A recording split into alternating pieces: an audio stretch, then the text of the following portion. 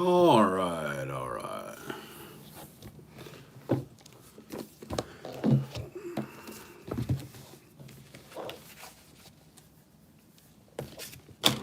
All right, where are we? 2:15. Definitely ahead of schedule. So we got 45 minutes. 45 minutes. Just say 20.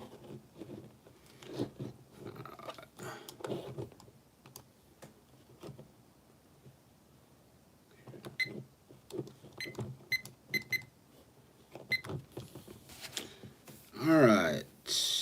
What we got? All right.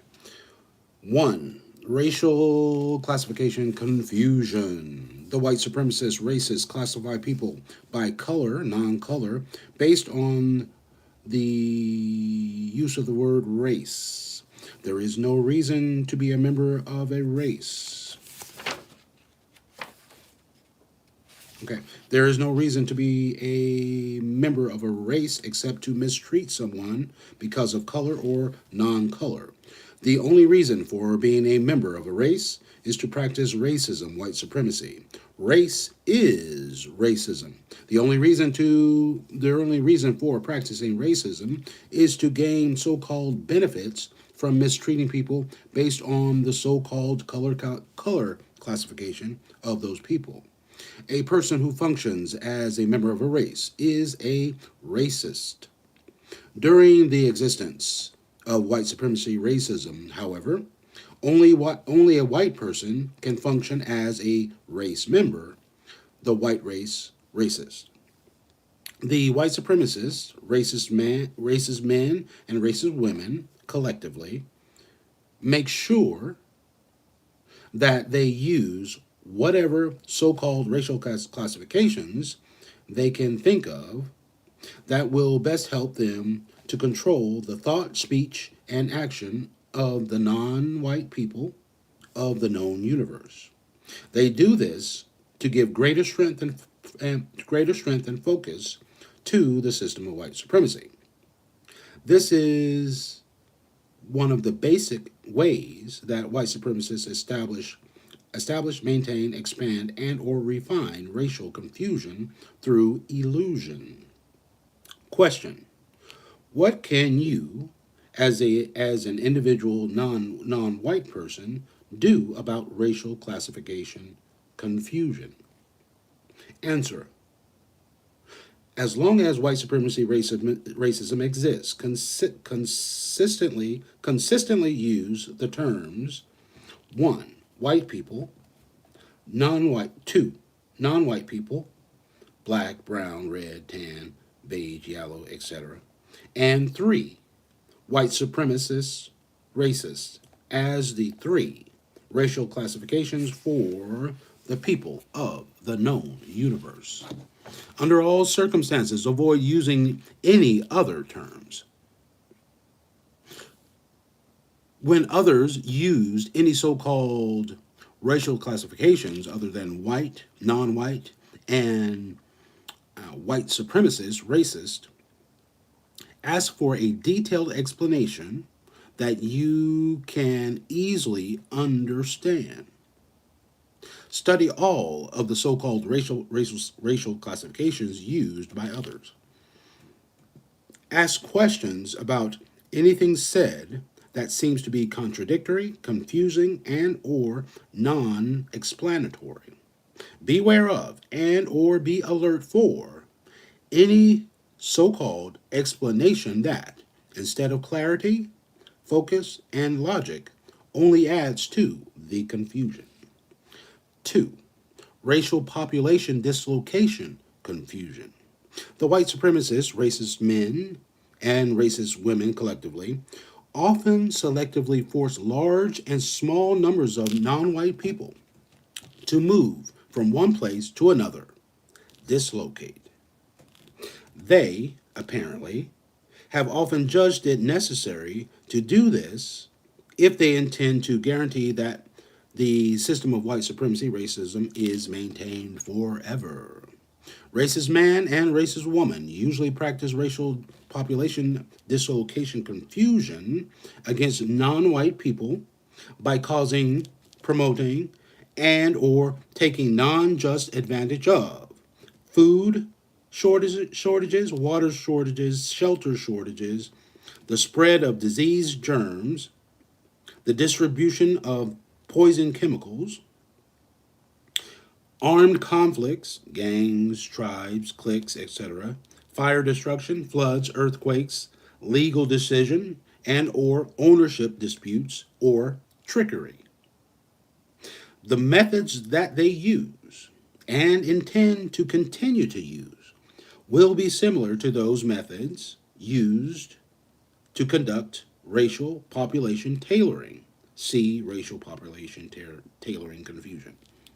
During the existence of the white, during the system of white supremacy, the white people of the known universe, generally speaking, have the privilege of relocating either among or away from the non-white people. The non-white people of the known universe are dislocated whenever the white supremacists decide to cause them to be dislocated.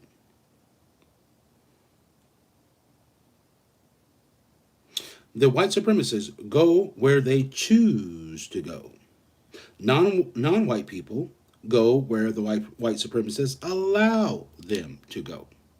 Question: what can you, as an individual non-white person, do about racial population dislocation confusion? Answer: be prepared to move completely and swiftly from one place to another. Be prepared to move with pre-planned efficiency. Know in advance where you will be moving to and what you will be doing after your arrival. Try to learn how to do many things that will likely be of substantial constructive value to yourself and or to others. In most places where you may be in most places where you may be forced into dislocation. Prepare a plan in regards to ways that you will obtain those things that are likely to be needed most. Do not expect racist man and racist woman to stop causing, promoting, or taking harmful advantage of the racial population dislocation confusion of non-white people. Be willing to inform other non-white people that in the foreseeable future, the white supremacists have judged that in order to continue to maintain the system of white supremacy, it will be absolutely necessary to keep substantial numbers of the non-white people of the known universe moving, dislocating from one place to another. Spread out. Keep them moving. Keep them unstable. Keep them stressed. Keep them confused.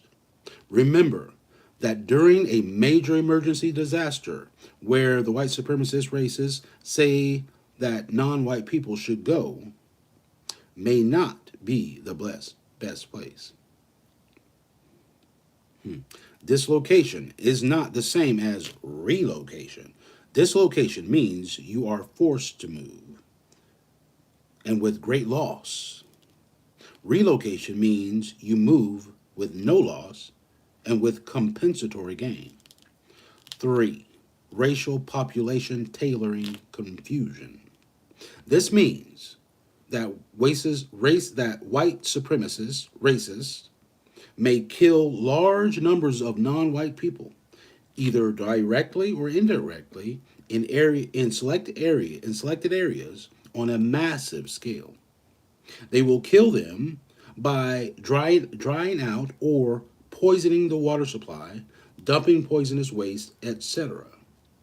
They tailor the population for the purpose of maintaining better control over all the remaining non-white people. They have many ways of doing this. The white supremacists sometimes kill large numbers of non-white people on an ongoing basis, on an ongoing and well thought out basis. They do not intend to kill all the non white people of the known universe. They intend to tailor the number of non white people by killing a calculated number in different places at different times according to whatever will best fit any long-term or short-term plans that racist man and racist woman have in mind for better control and future domination and mistreatment of non-white people. Part of the part of the white supremacist plan of killing selected populations of non-white people is to, from time to time, produce situations among non-white people that will guarantee that they will, out of anger, frustration, jealousy, want, and or confusion, kill each other. All this racial population tailoring is designed to have the effect of guaranteeing that the non-white people of the known universe, in their greatest numbers, will not be of any major constructive value to any people except racist man and racist woman. Question: what can you, as an individual non-white person, do about racial population tailoring confusion? Answer: do your best to keep enough information about how you can best avoid every situation that is likely to involve you in killing people and or being killed by people, and always expect the unexpected. Seek to know and understand the different methods that racist man and racist woman use to kill non-white people in order to tailor non-white populations in various places in order to satisfy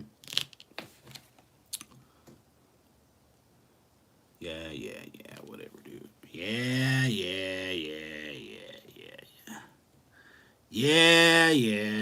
Sure. In order to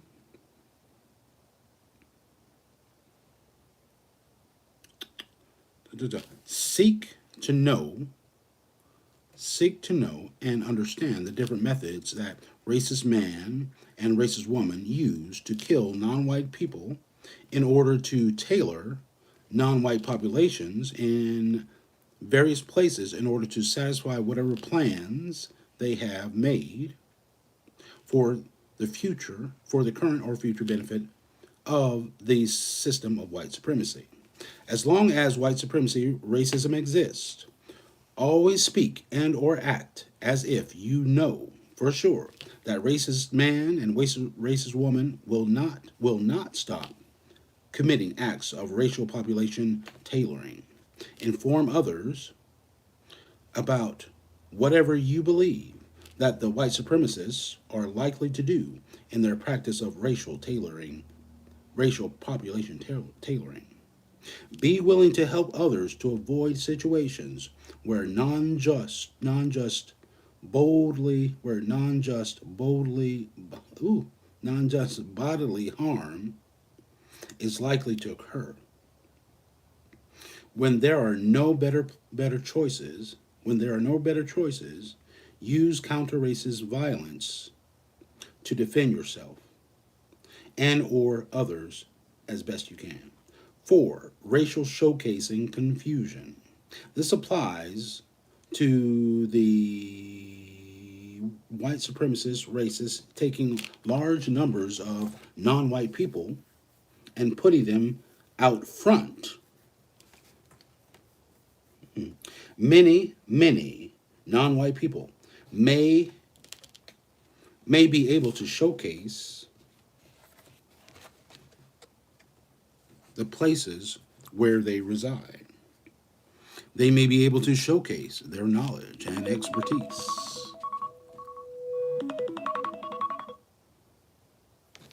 The white supremacist racist man and racist woman sometimes allows some or many non white people to have so called titles of importance. They allow some or many non white people to possess, use, or be associated with many comfortable and attractive material things: houses, garments, glittery stones or metals, exotic foods and drinks, expensive vehicles, etc.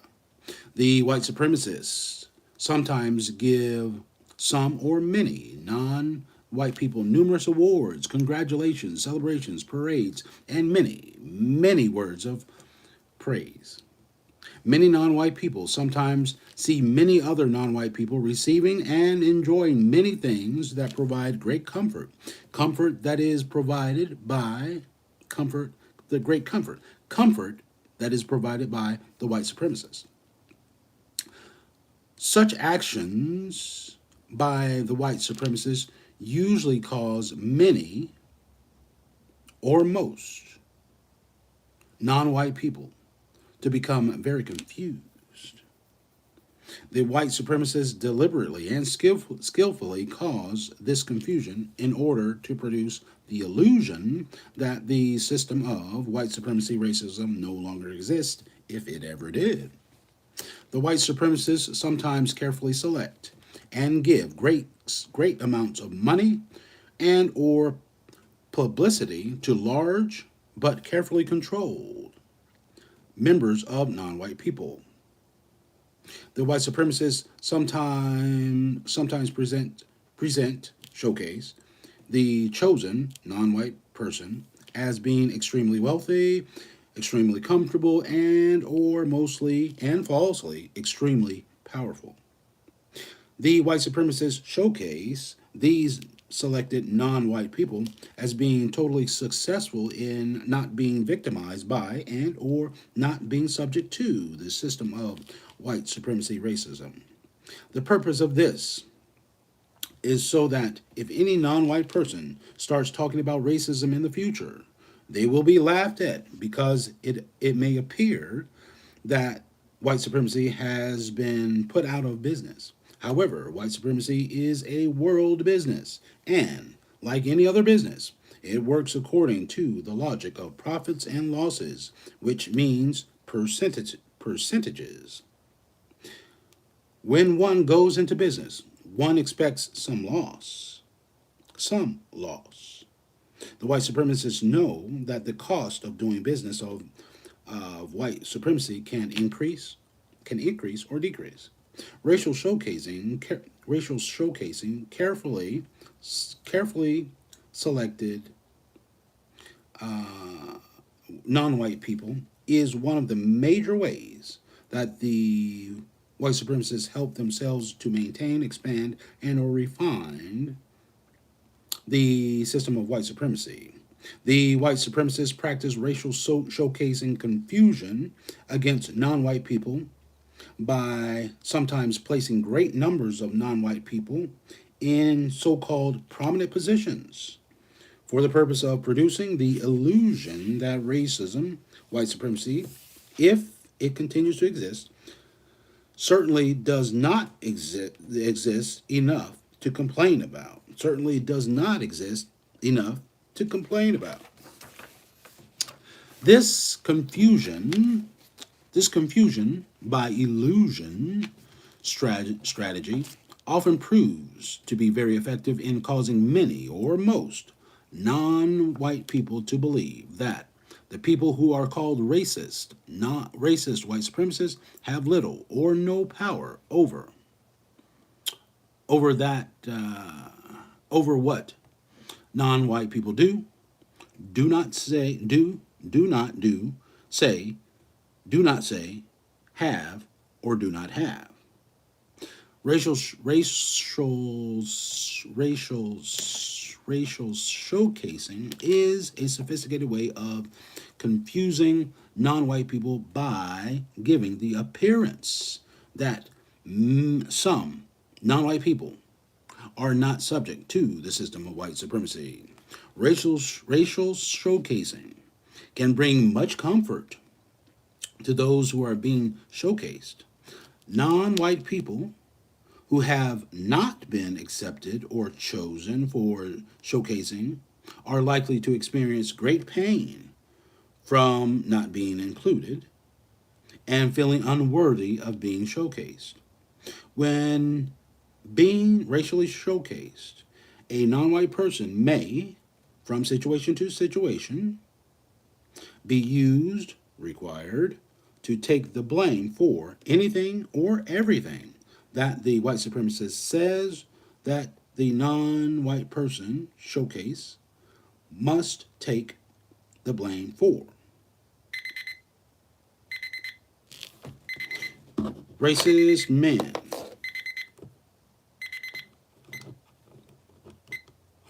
Racist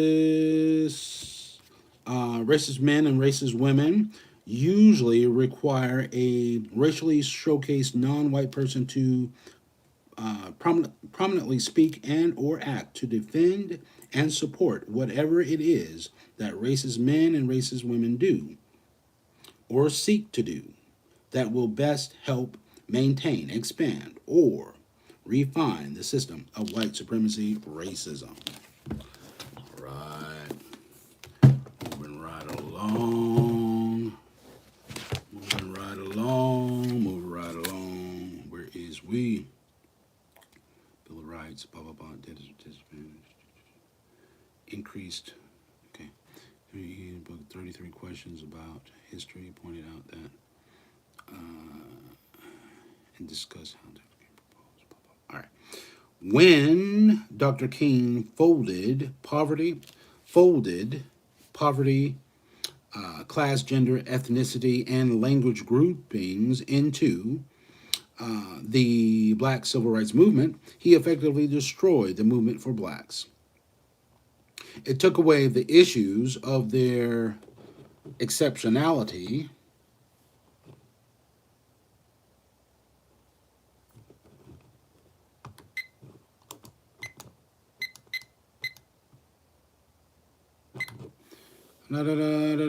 in society, issues which had never been fully addressed or remedied. The unique historical experiences of black Americans became synonymous with minorities, multiculturalism, diversity, people of color, and poor people. These off-course issues confused racial issues with class issues.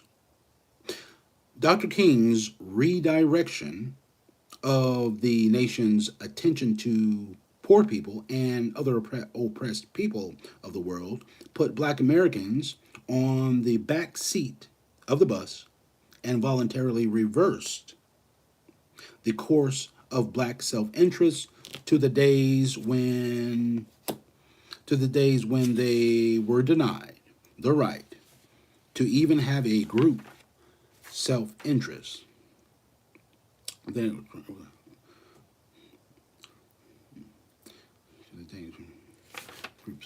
okay, he and the movement became broadly focused on everyone, all people, and everything except black rights. Dr. King's actions absolved whites of any need to fulfill the requirement of the 13th Amendment to the Constitution to lift the burdens and incidences of slavery from the shoulders of black people.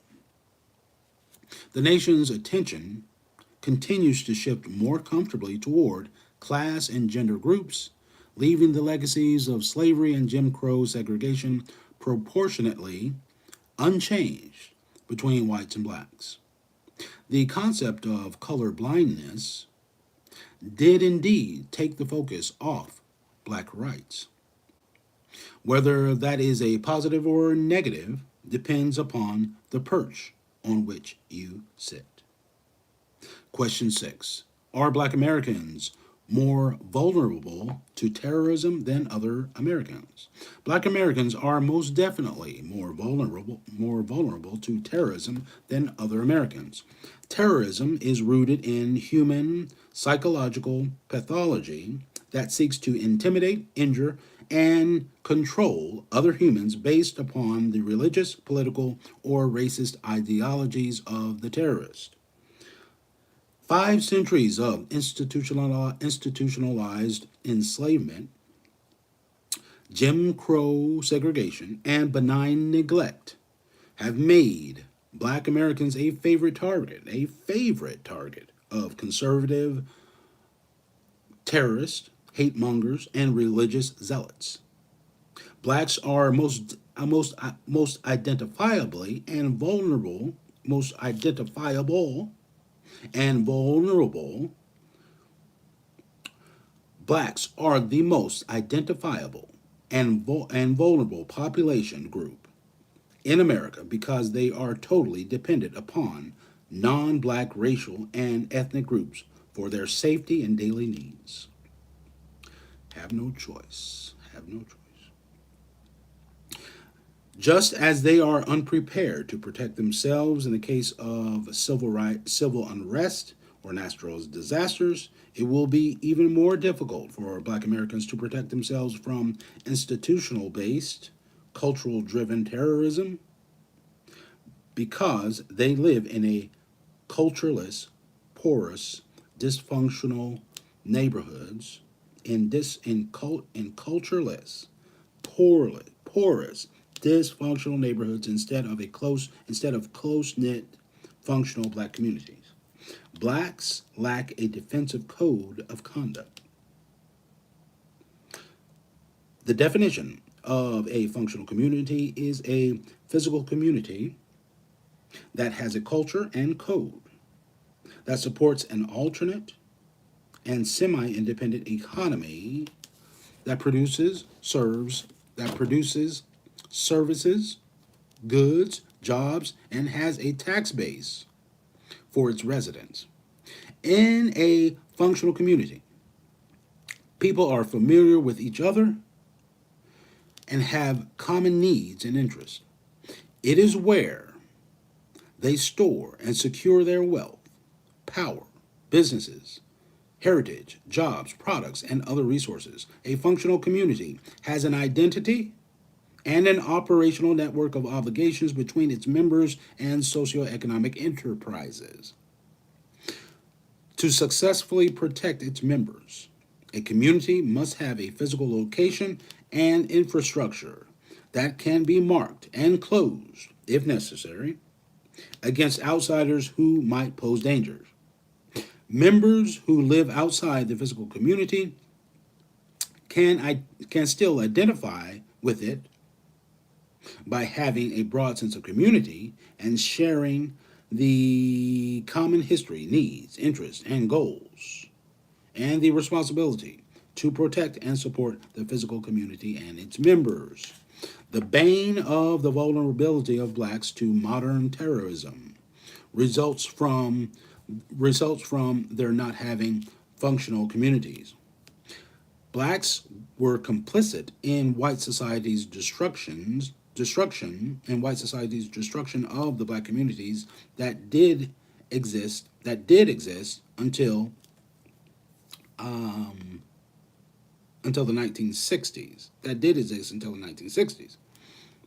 Now blacks have surrendered their community resources, sense of community, and collective ability to protect themselves, and the collective ability to protect themselves from the outside,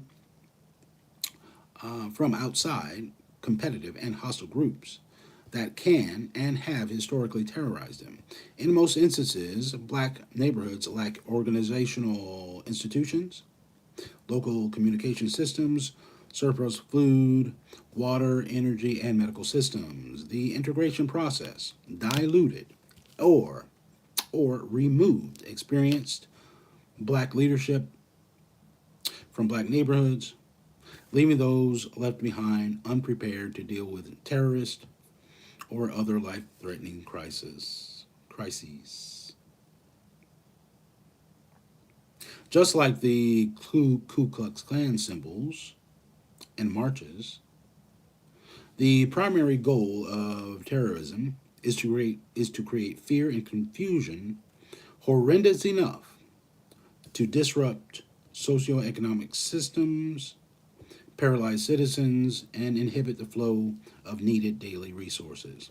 Terrorists are unlike a classic standing army. They do not wear uniforms or bear standardized flags. They are advantaged by being unknown and invisible. They pledge their total allegiance and lives to a political ideology or religion, and most importantly, they do not actually exist until after they have committed a terrorist act. If they are successful in committing an act of terror, the media becomes complicit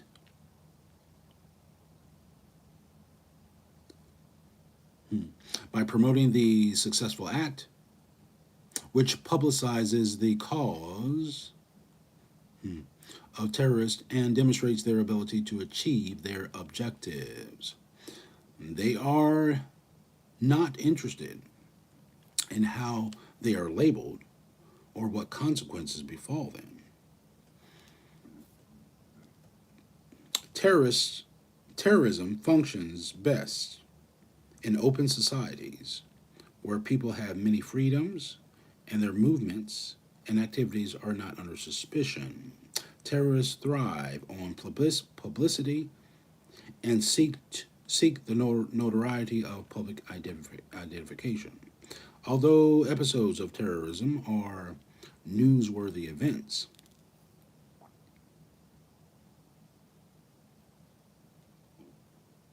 extensive media coverage sets the stage for even more terrorist acts of violence. Klan members parade down Pennsylvania Avenue in Washington, D.C. in 1925. Source: the U.S. Library of Congress. 1925. Again, just like blacks have been impotent against the Ku Klux Klan and other forms of white terrorism, the United States of America itself is totally ill prepared to fight, let alone win, a holy war or a terrorist waged virtual war. Our government leaders promote the belief that America is the world superpower, a world police force that has politically obligated itself to be the moral conscience of the world. Our response to terrorism is Our response to terrorism as a nation is anemic, illogical, and ignores what is known about the true nature of international terrorism. Black America is even more defenseless and vulnerable than the larger society that has organized that and the organ vulnerable then okay and vulnerable than the larger society that has organized institutions and resources. There is no interest nor any incentives for other ethnic or class groups to take care of the needs of black people. There is also no visible evidence that blacks have made preparations to protect themselves. The electrical blackout of 2003, which impacted the entire northeast region of the U.S., sent messages to blacks that other groups felt no obligation to share their resources with blacks during a major crisis. In the Detroit area, for example, many white and ethnic suburban communities did not permit blacks from the city to enter for food, gas, or other essentials. Blacks must have their own backup resources. whether in a dependent black neighborhood or socially scattered guests, or socially scattered in what, whether in dependent black, whether in a dependent black neighborhood or socially scattered guests in white communities, they have protection and the daily necessities of life in emergencies. When terrorism, man-made or natural disaster, when terrorism, man-made or natural disasters strike, it will be very difficult, if not too late, for blacks to gain access to vital resources such as doctors, hospitals, and grocery stores. Black elected officials, civil rights organizations, churches, and educational centers should take major responsibility to alert, organize, and prepare black communities to deal with terrorism in any form because black Americans are a vulnerable out group. All right, let me see.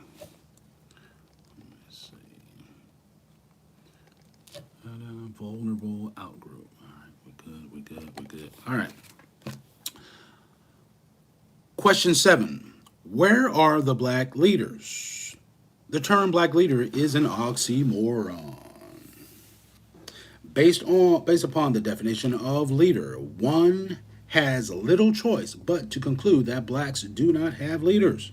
A leader is a guiding or directing head of a group who leads toward a new direction after critical analysis of the social, economic, and political condition of the group. The leader would then develop a plan with strategies to take them to a better place. Moses in the Bible was such a leader. Clearly, the civil rights movements of the 1960s began with the intent to lead blacks in a new direction, but the movement had no national plan, no destination or group centered measurable goals. The main issues were desegregation, voting rights, and discrimination, and did not target equal distribution of resources, a measurable goal that had the potential to change the social construct on race for the group. Because the goals did not challenge the foundation problem of blacks, and the movement became dependent upon government and corporate support, it was easily controlled, marginalized, and consumed into the policies of benign neglect and political correctness. Once engulfed, black leaders were easily controlled and marginalized.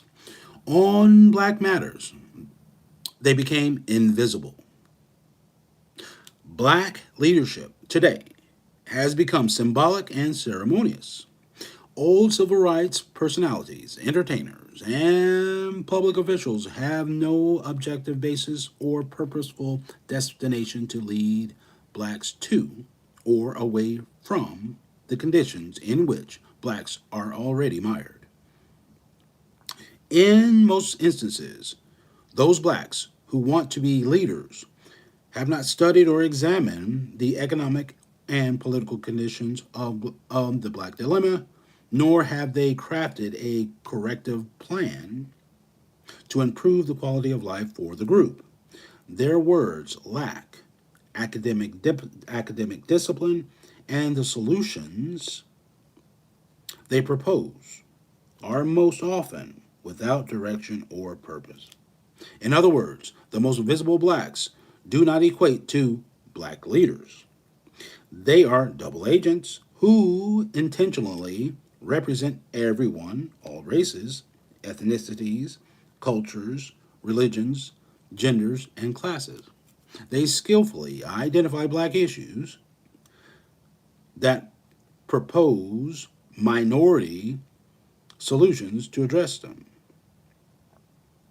They do not even purport to represent black interests. However, whites, the media, and those seeking to influence blacks accept their symbolic leadership.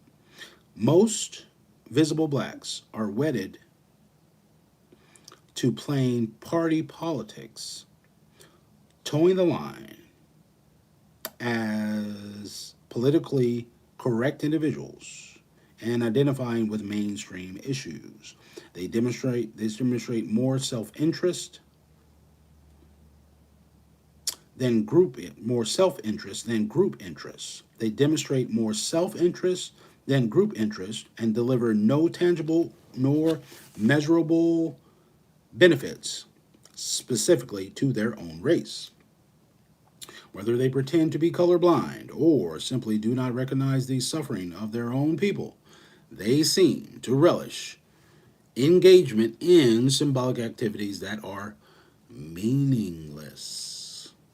Symbolic leaders ignore the exceptionalism of blacks and proclaim inaccurately that all groups have contributed equally to the development of this nation.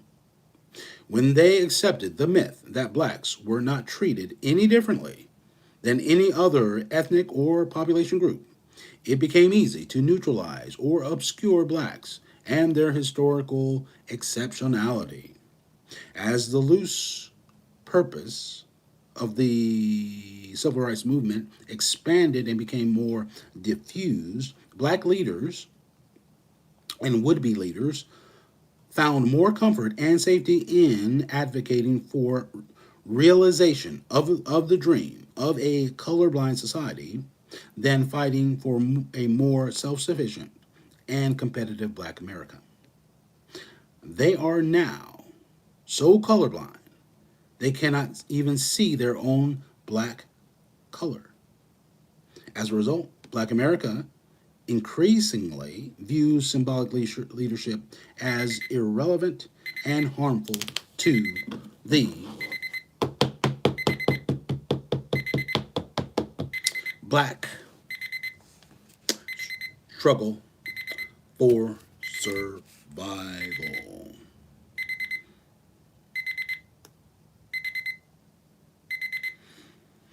Ándale pues.